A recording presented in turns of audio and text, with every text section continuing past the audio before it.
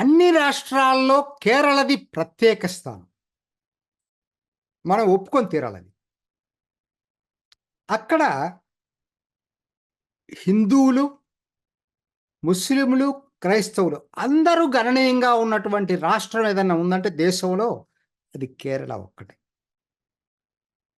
చాలా అందుట్లో అక్కడికొచ్చినటువంటి ముస్లింలు, క్రిస్టియన్సు ఈ పాశ్చాత్య ఇటు నుంచి వచ్చిన వాళ్ళు కాదు. వాయవ్య ప్రాంతం నుంచి వచ్చిన వాళ్ళు కాదు. డైరెక్ట్‌గా సముద్ర తీరంలో వేల సంవత్సరాల క్రితం క్రీస్తు పూర్వం క్రీస్తు శకం 500, 600 సంవత్సరాల తర్వాత ఎప్పుడు క్రిస్టియానిటీ ఆ ప్రవక్త రావటం, తర్వాత ఇస్లాం పుట్టిన తర్వాత ఆ ప్రవక్తలు రావటం, ఆ విధంగా వచ్చినటువంటి మతం అక్కడ. వాళ్ళిద్దరూ కూడా మలయాళీ సంస్కృతిని పూర్తిగా అవగాహన చేసుకున్నటువంటి వాళ్ళు. అందుకని ఇక్కడికి, అక్కడికి పోటీ లేదు. ఇవాళ సమాజంలో హిందువులు అక్కడ 54.7%. ఇది 2011 లెక్కలు. ఖచ్చితంగా తక్కువ ఉండుంటది. 50% వేసుకోండి ఇవాళ హిందువులు. ముస్లింలు దాదాపు అప్పుడు 27%, ఇప్పుడు దాదాపు 29, 30% దాకా ఉంటారు. క్రిస్టియన్స్ 18%, అప్పుడిప్పుడు అదే ఉంటారు. అది వాళ్ళు పెద్దగా మార్పు ఉండదు. ఇదండి సమాజంలో వీళ్ళ లెక్కలు. మరి ఈ లెక్కలు అభ్యర్థుల సెలక్షన్‌లో ప్రతిబింబించిందా? ఇది మన సమస్య. మనకి ఇవాళ టాపిక్. ఎందుకంటే మరి చెప్తున్నారు కదా! ఉదారవాదులు, సెక్యులర్‌వాదులు అనుకునేవాళ్ళు. వాళ్ళేమన్నా అది ప్రతిబింబించారా అని చూస్తే ఎవరు కూడా దీన్ని కరెక్ట్‌గా చేయలేదండి. నేను ఒక పట్టిక ఇచ్చాను చూసుకోండి. చిన్న పట్టికది. ఏందంటే ఏ పార్టీ ఏ మతానికి ఎన్ని సీట్లు ఇచ్చింది. హిందూ మతంలో ఏ వర్గానికి, సామాజిక వర్గానికి ఇచ్చింది కూడా ఇచ్చాను నేను. ఆ ప్రకారం చూసేటట్టయితే ఎల్‌డీఎఫ్ వామపక్ష కూటమి మీకు మొత్తం 20 స్థానాలు ఉన్నాయి అక్కడ. 10 హిందువులకి, 4 ముస్లింలకి, 6 క్రిస్టియన్స్‌కి ఇచ్చింది. అంటే ఒక విధంగా జనాభాకు మించి క్రిస్టియన్స్‌కి సీట్లు వచ్చినాయి. జనాభాకి అనుగుణంగా ఈ ముస్లింలకు సీట్లు రాలేదు వాళ్ళకి. సో 10 మందిలో కూడా చూసుకుంటే ఎల్‌డీఎఫ్ పట్టిక చూసేటట్టయితే మీకు ఇక్కడ ఓసీలకు 3, ఓబీసీలకు 5, షెడ్యూల్డ్ కాస్ట్‌లకి వీళ్ళిచ్చింది ఏమి లేదండి. రిజర్వ్డ్ కోటాలో ఏమున్నాయో అవే 3 కూటములు కూడా అవే ఇచ్చారు తప్పితే ఎక్స్‌ట్రా నిజానికి అన్యాయం జరిగింది షెడ్యూల్డ్ కాస్ట్‌లకి. ఎందుకనంటే షెడ్యూల్డ్ కాస్ట్‌లో దాదాపు 17, 18% ఉంటారు. కానీ వాళ్ళకి 2, 2 ఇచ్చారు అందరూ కూడా. సో అన్యాయం జరిగిందనేదే నాకైతే వాళ్ళకి సరైన అన్యాయమో, న్యాయమో పక్కన పెట్టేస్తే జనాభా ప్రకారంగా వాళ్ళకి ప్రతిబింబించలేదు అభ్యర్థుల సెలక్షన్ అనేది నా పాయింట్. అదే ముస్లింల విషయంలో కూడా ఎవరు కూడా జనాభా ప్రకారం ఇవ్వలేదనేది నా పాయింట్ అక్కడ. సరే యూడీఎఫ్ చూసుకునేటట్టయితే హిందువులకు 12, ముస్లింలకి 3.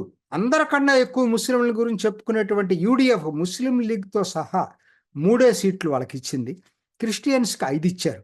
జనాభాతో నిమిత్తం లేకుండా 12 హిందువులకు ఇచ్చారు. అదే హిందువుల్లో చూసుకునేటట్టయితే యూడీఎఫ్ తమాషాగా ఓసీలకు ఎక్కువ ఇచ్చింది. మిగతా వాళ్ళకన్నా కూడా ఓబీసీలకు 2, ఎస్సీలకు 2, మిగతా 8, 12లో ఓసీలకు ఎక్కువ మంది ఇచ్చింది. ఎక్కువ మంది నాయర్లు అందుట్లో. ఇవి కేసీ వేణుగోపాల్ నాయర్. వాళ్ళకే ఇచ్చారు ఎక్కువ. ఎన్డీఏ వచ్చేసరికి 18 హిందువులకు ఇచ్చింది. 1 ముస్లిం, 1 క్రిస్టియన్స్. 18లో 9 సింహభాగం 50% ఓబీసీలకు ఇచ్చింది. ఓబీసీలకి అందరికన్నా న్యాయం ఎవరైనా చేశారంటే అది ఎన్డీఏ కూటమి, బీజేపీ కూటమే చేసింది. తర్వాత ఓసీలకి 7, 2 ఎస్సీలకు ఇచ్చింది. ఇదండి మొత్తం. అంటే సామాజిక వర్గంగా చూసేటట్టయితే ఎలా ఉంది కేరళలో అభ్యర్థుల సెలక్షన్ అనేది చూసేటట్టయితే జస్ట్ మీకు తెలియటం కోసం మీకు నేను కులం ప్రకారం ఓటేయమని ఎవరిని చెప్పను, మతం ప్రకారం ఓటేయమని ఎవరు చెప్పను. కానీ వాటిని విస్మరించే పరిస్థితి వాళ్ళ ఎన్నికల్లో లేదు. అది మాత్రం మనం మర్చిపోవద్దు. సో కాకపోతే అందుకని నా పాయింట్ ఏంటంటే ఎస్సీలు, ముస్లింలకి వాళ్ళ జనాభా కన్నా తక్కువగా సీట్లు వచ్చినాయి. హిందువుల్లో ఓబీసీలు 50% ఉన్నా కూడా న్యాయం జరిగింది అంటే అది బీజేపీ కూటమిలో కూడా ఓబీసీలకు న్యాయం జరిగింది. ఎందుకంటే మీకు ఇక్కడ ఒకటి తెలియాలి. ఇవాళ సిపిఎంకి కంచుకోటగా గట్టిగా ఓట్లు పడుతుంది ఎలా అంటే ఓబీసీల వల్లనే, హిందూ ఓబీసీల వల్లనే. యజవా కమ్యూనిటీ వాళ్ళకి చాలా పట్టుంది సిపిఎంకి. కానీ సిపిఎం మాత్రం ముస్లింల వైపు చూస్తూ ఉంటుంది ఇప్పుడు. అది వేరే విషయం. కానీ యజమానులు మాత్రం ఈ రోజుకి సిపిఎం నమ్ముతున్నారు. మొట్టమొదటిసారి బీజేపీ వాళ్ళకి ఎక్కువ మందికి సీట్లు ఇచ్చింది ఓబీసీలకి. కానీ మరి చూడాలి ఎలా ఉంటుంది ఏంటి అనేది నేను ఇప్పుడు చెప్పలేను. నా దృష్టిలో ఒక్కటండి, నేను బ్రాడ్గా ఇంకా ముందు ముందు టైం ఉంది. ఏప్రిల్ 26 కాబట్టి అక్కడ ఎన్నిక చాలా టైం ఉంది కాబట్టి మనం ముందు ముందు ఇంకా వివరంగా చేసుకుందాం. నా దృష్టిలో అయితే నార్థరన్ కేరళ మలబార్ ప్రాంతంలో మాత్రం ఇప్పటికీ పోటీ ఎల్డిఎఫ్ యూడిఎఫ్ మధ్యనే ఉంటుంది. యూడిఎఫ్ ముగ్గుండే అవకాశాలు ఎక్కువగా ఉన్నాయి అక్కడ. ఎందుకంటే ముస్లింలు గణనీయంగా ఉన్న ప్రాంతం కూడా మలబార్ ప్రాంతం. సో మిగతా మీరు ఏదైతే దక్షిణ కేరళ మధ్య కేరళ ఉందో అక్కడ చాలా నియోజకవర్గాల్లో ముక్కోన పోటీ జరిగే అవకాశాలు కనపడతా ఉన్నాయి. అన్నిటికన్నా నిన్న ఇప్పటికీ కేరళలో నడుస్తున్నటువంటి వివాదం ఏంటంటే రాహుల్ గాంధీ నామినేషన్ వేయటానికి ముస్లిం లీగ్ మద్దతు అయితే కావాలి కానీ జెండాలు అవసరం లేదు, జెండాలు పెట్టుకోవద్ది అనేటువంటి భావాన్ని పినరాయి విజయన్ బలంగా ముస్లింల్లోకి తీసుకెళ్తున్నాడు. అంటే మతవాదాన్ని ఎవరు ప్రతి వాళ్ళు వాడుకుంటున్నారు. ముస్లింల ఓట్లు ఎక్కువ సంపాదించడం కోసం ఎల్డిఎఫ్ ఏం చెప్తుందంటే, అంటే ముస్లింల ఓట్లయితే కావాలి రాహుల్ గాంధీకి, కానీ ముస్లిం లీగ్ జెండా పెట్టుకోవటానికి ఆయన సిగ్గుపడిపోయి వద్దని చెప్పి ఒక నిర్ణయం కావాలని చెప్పి వాళ్ళు జెండాని దాచిపెట్టేశారనేది ముస్లింలలో పినరాయి విజయన్ బాగా ప్రచారం చేసుకుంటున్నాడు. ఇదొక అంశం. కాబట్టి ఇప్పుడు నా పాయింట్ ఏంటంటే అసలు బీజేపీ, ఎందుకంటే ప్రతి వాళ్ళ ఆసక్తి ఏంటంటే ఈసారి బీజేపీ బోనీ కొట్టబోతుందా కేరళలో? ఇంతవరకు ఎప్పుడు లేదు కదా.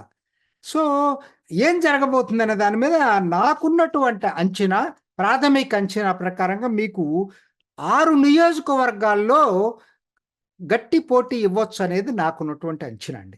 అవేంటో నేను ఒక్కసారి చెప్తాను, దానికి కారణాలు కూడా చెప్తాను. ఉదాహరణకి తిరువనంతపురం తీసుకోండి.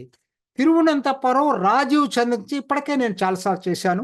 రాజీవ్ చంద్రశేఖరు, శశి తరూర్, పన్యన్ రవీంద్రన్ వీళ్ళ ముగ్గురు మధ్య పోటీ ఉంటుంది. మళ్ళా కూడా చేసుకుందాం, అది పక్కన పెట్టండి, అదొకటి అందరూ ఇప్పుడు తెలుసు కాబట్టి. అది అత్తింగల్ దాని పక్కనే ఉంటుంది. తిరువనంతపురం జిల్లాకు సంబంధించినటువంటిది. వి మురళీధరన్ కేంద్ర సహాయ శాఖ మంత్రి, ఒకనాటి రాష్ట్ర కార్యదర్శి వి మురళీధరన్ పోటీ చేస్తున్నాడు. ఏంటి దీని స్పెషాలిటీ ఏంటంటే, నేను సామాజికంగా అభ్యర్థులు దీంట్లో కూడా క్రిస్టియన్స్ బాగానే ఉన్నారు. ఎల్డిఎఫ్ క్రిస్టియన్కి సీట్ ఇచ్చింది. యూడిఎఫ్ తర్వాత ఎన్డీఏ మురళీధరన్ వీళ్ళిద్దరూ ఓబీసీ సామాజిక వర్గానికి సంబంధించిన వాళ్ళు. ఈసారి గట్టి పోటీ ఇవ్వబోతున్నారు. శోభా సురేంద్రన్ పోయినసారి అక్కడ పోటీ చేసింది ఆవిడ ఓబీసీ. సో ఆవిడ బాగా తీసుకొచ్చింది, 25% దాకా వచ్చినాయి ఓట్లు. సో మురళీధరన్ ఈసారి ఇంకా ఆ ఓట్ల శాతం పెరుగుతుంది. త్రిముఖ పోటీ గట్టిగా ఉండే నియోజకవర్గాల్లో అత్తింగల్ ఒకటి, తర్వాత పట్టణం తిట్ట, అఫ్ కోర్స్ తెలుసు క్యాండిడేట్ ఎవరో మీకు అందరికీ, అనిల్ ఆంటోనీ.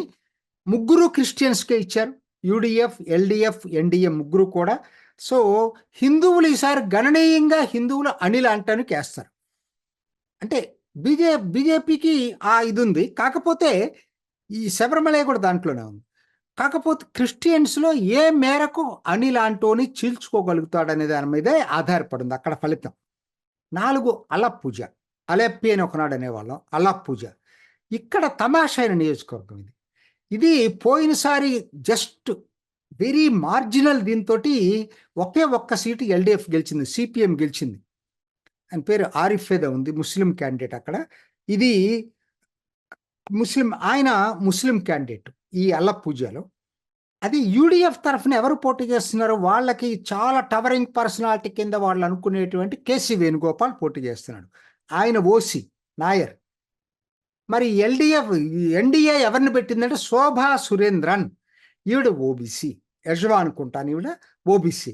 సో కాబట్టి ఓబీసీలు చాలా గణనీయంగా ఉన్న నియోజకవర్గం అలప్పూజ. ముస్లిమ్స్ కూడా ఉన్నారు, క్రిస్టియన్స్ కూడా ఉన్నారు, బట్ యజవాళ్ళు చాలా ఇంపార్టెంట్ నియోజకవర్గం అలప్పూజ. అక్కడ శోభా సురేంద్రన్ పోటీ పెట్టారు.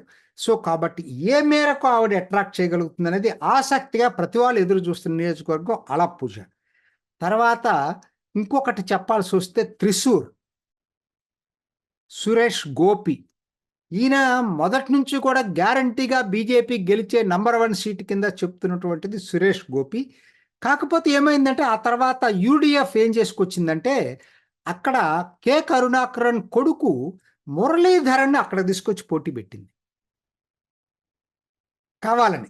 ఎందుకంటే పద్మజ వేణుగోపాల్ బీజేపీలో చేరింది కాబట్టి ఆవిడ మరి మరి వాళ్ళ అన్నకి సపోర్ట్ చేయలేదు, అన్నకి సపోర్ట్ చేయలేదు, ఇప్పుడు బీజేపీలో చేరింది కాబట్టి వ్యతిరేకంగానే గట్టిగా చేయలేకూడదు అనేది కె కరుణాకరన్ కుటుంబంలో ఒకరిని తీసుకురావాలనే పేరుతో అక్కడ తీసుకొచ్చారు. సో కాబట్టి ఇదొక ఆసక్తికరంగా ఉంటుంది త్రిశూర్.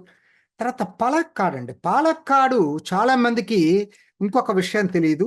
అందరూ ఓసీలు పోటీ చేస్తున్న ఏకైక నియోజకవర్గం కేరళలో పాలక్కాడ్. చాలా మందికి ఈ విషయం తెలియదు. ఒకే ఒక నియోజకవర్గం, అందరూ ఓసీలు పోటీ చేస్తున్న మూడు కూటముల నుంచి ఓసీలు పోటీ చేస్తున్న నియోజకవర్గం. బీజేపీకి ఎప్పుడు స్ట్రాంగ్ నియోజకవర్గం, కాకపోతే గెలవటం కష్టం అవుతుంది అక్కడ. కానీ సాలిడ్ ఓట్ బ్యాంకు 20% పైన ఎప్పుడు బీజేపీకి ఉన్నటువంటి నియోజకవర్గం. ఈసారి అది కూడా వాళ్ళు గట్టిగా చేస్తున్నారు. నా అంచనా ఏంటంటే ఇప్పటికి ప్రాథమిక అంచనా 1 తిరువనంతపురం, 2 త్రిశూర్, 3 అత్తింగల్, 4 పట్టణంతిట్ట, 5 అలప్పూజ, 6 పాలక్కాడ్. ఈ వరుసలో ఈసారి ఉండబోతున్నాయి వాళ్ళ బీజేపీ వరకు వాళ్ళ ఫార్చ్యూన్స్.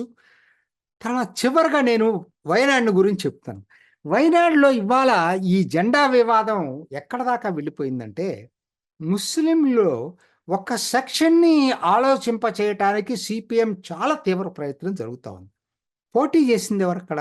సిపిఐ జాతీయ కార్యదర్శి భార్య అండీ రాజా. ఆవిడ స్వతహాగా క్రిస్టియన్. ఆవిడ, అది కూడా మీకు తెలియాలి, స్వతహాగా ఆవిడ క్రిస్టియన్. సో కాబట్టి ఆవిడ పోటీ చేస్తుంది. రాహుల్ గాంధీ పోటీ చేస్తున్నాడు. ఓబీసీ ప్రస్తుత బీజేపీ రాష్ట్ర అధ్యక్షుడు సురేంద్రన్ పోటీ చేస్తున్నాడు. అసలు గొప్ప విషయం అండి. బీజేపీ ఏంటంటే అసలు ఏ నియోజకవర్గం ఓడుతుందా గెలుతుందో సంబంధం లేకుండా సీరియస్గా తీసుకుంటారు ప్రతి నియోజకవర్గాన్ని. ఆయన నామినేషన్కి డైరెక్ట్గా స్మృతి ఇరానీని తీసుకొచ్చారండి నామినేషన్ రోజు. అదొక మరి సంచలన వార్త. అక్కడ వైనాడులో స్మృతి ఇరానీ వచ్చి ఆ నియోజకవర్గంలో ప్రచారం జరిగింది. ఇప్పుడు ఒక వార్త వస్తూ ఉంది, ప్రధానమంత్రి మోడీనే వైనాడు నియోజకవర్గంలో ఎన్నికల ప్రచారం చేయబోతున్నాడనేటువంటి వార్త చాలా గుప్మంటా ఉంది.